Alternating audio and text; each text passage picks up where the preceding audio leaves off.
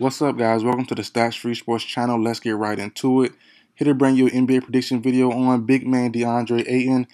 I believe the Suns will sign and trade him to the New Orleans Pelicans before the NBA offseason is done. Let's talk about why.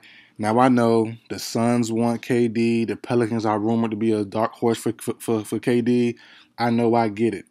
I don't think either team will get KD, to be honest.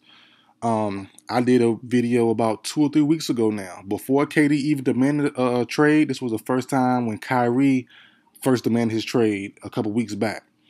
And I made a prediction video that KD will go to the Nuggets. If the KD demands a trade, he should go to the Nuggets, right? Now, I still believe in that move, honestly. I know MPJ and Ben Simmons can't play together. I do have a video coming out right after this or right before this, whenever the timeline works, of Ben Simmons going to a team to make that trade happen. Even if it's not for the Nuggets, it could be for the Heat. So it could work out either way, to be honest. I think the Heat is a squad KD will end up on. If not my Nuggets pick, I think that the Heat pick is the best pick for him, to be honest. But that's another video. But when I do trades like this, I look at two things: team need and familiarity, right? So I've been doing some big brain research, crunching the numbers, crunching the trades, looking at team fits, team needs. I did a video on DeAndre Ayton a couple days ago saying, the rumor started as soon as Gobert got traded to the Timberwolves that Ayton got to go to the Jazz. I said, no. I hate that move. If it does happen, I wouldn't like it. Ayton does not need to be a number 2 on the team. Mitchell and Ayton together would be a disaster, in my personal opinion, with no team around them. And right now, their roster is kind of bare. You know what I mean? I think I would rather pair Mitchell with a couple two-way players who are pretty good young guys, or maybe some veterans, not that old, 30, 31, somewhere in that range, a little bit younger. I like Kuzma going there. Kuzma, someone of that ilk, someone of that range. But him and Ayton being a 1 and 2 guy, nah. I would hate that move, to be honest. Some say the Pacers sign and trade for Miles Turner. I like that, honestly. But Miles Turner's so injury prone, he got injury bug really heavy on him. I don't know if the Suns will really trust him long term. Can he hold up for a season? Will it be a waste? No, because Ayton was healthy. He's always healthy for the most part. So he's there. He don't perform well all the time, but Ayton is there, healthy, playing his best at that moment. Miles Turner might not even be available to play if they do get to important playoff stretches and moments. So, that's kind of rough for me, honestly. So I'm thinking, look, team fit, I think the Pelicans need a younger center. Valanciunas is good, been solid for a long time, put up good numbers. When he gets hot, he can give you a 20-20 night. He's that kind of a player, 15 and 15, 20 and 20. He's that kind of player. I like him a lot. He's molded his game to the modern day game as much as possible. But I think they need a younger, more athletic center.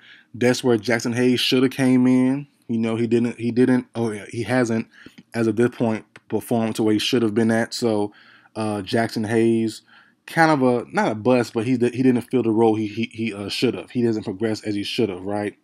So I'm thinking, first, that's the fit point. Point 2 is familiarity. Willie Green, the Pelicans head coach, if you remember a couple years ago, he was the Suns' a former assistant coach. So he was there with Ayton. You see it all the time when guys send former assistants who are now head coaches or in a GM spot or in the front office somewhere. They trade guys to each other. They look out for each other. They make deals with each other. It happens all the time. You just seen it with Danny Ainge hiring that young dude from Boston. Ainge just not quit, but Ainge stepped down last year, and now the guy guy was there before, and now he's with the Jazz head coach. You see it all the time. That's just a quick example.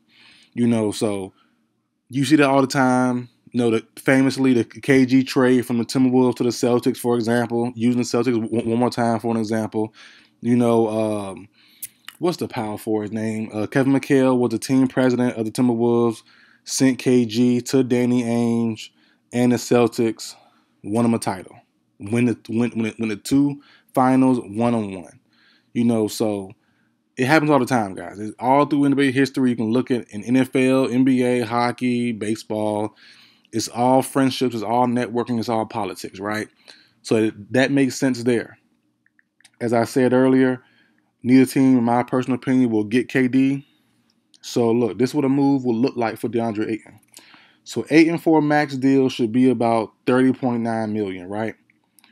You trade that, sign and trade that. You get the Suns get back Valanciunas.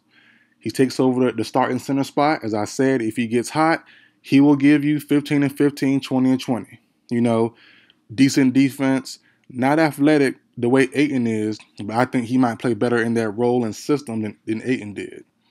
You get Devontae Graham. Lost his favor last year towards the end of the season, but he's an overall good three-point shooter, decent guard, someone that you can bring in opposite or even with Payne, Cam Payne, who I believe, and I said all offseason, the Suns need more firepower off that bench. And adding Graham, playing him with Payne and Cam Johnson would be perfect. Graham was a good shooter, good overall scorer, but really a good 3-point shooter. Will stretch the floor out, can play make a little bit here and there, but that's what Cam Payne is for. So when Cam Payne, which is mostly all the time, not aggressive scoring wise, you have Graham, you have Cam Johnson, you have Shamet as well. So I like that fit a lot. Then also you can package in with him Herman Gomez, the other big man center. I think his name. I think it's his couple brother. I think it's Willie. Yeah, Willie Herman Gomez, and plus picks. So you get your two centers, backup center in Herman Gomez, your starting center in Valanciunas. Then you get a backup guard who can light it up at given points. You know, he'll give you. Especially with the Hornets a couple years ago. You know, him and Rozier was fantastic. You know, when the Hornets were playing good a couple years ago. Was it? Yeah, was that pre-Melo? No, that was Melo's first year. Yeah, he got traded. Graham got traded or signed to the Pelicans this past offseason. Yeah, so yeah, Graham had a good year with Charlotte. Melo's first year. Then after that, kind of shaky. But he went, like I said, he lost favor in the Pelicans last year towards the end of the season. But overall, I like him. I had him in the trade rumors last year going to the Clippers, or last offseason going to the Clippers. I would love that move a lot as well. So, you know, I'm very high on Graham and his shooting stroke and his playing potential. So that sounds good to me. DeAndre Ayton comes solo to the Pelicans. The Pelicans don't lose much. They swap out centers. Ayton is younger. He's more athletic, better shot blocker, more potential.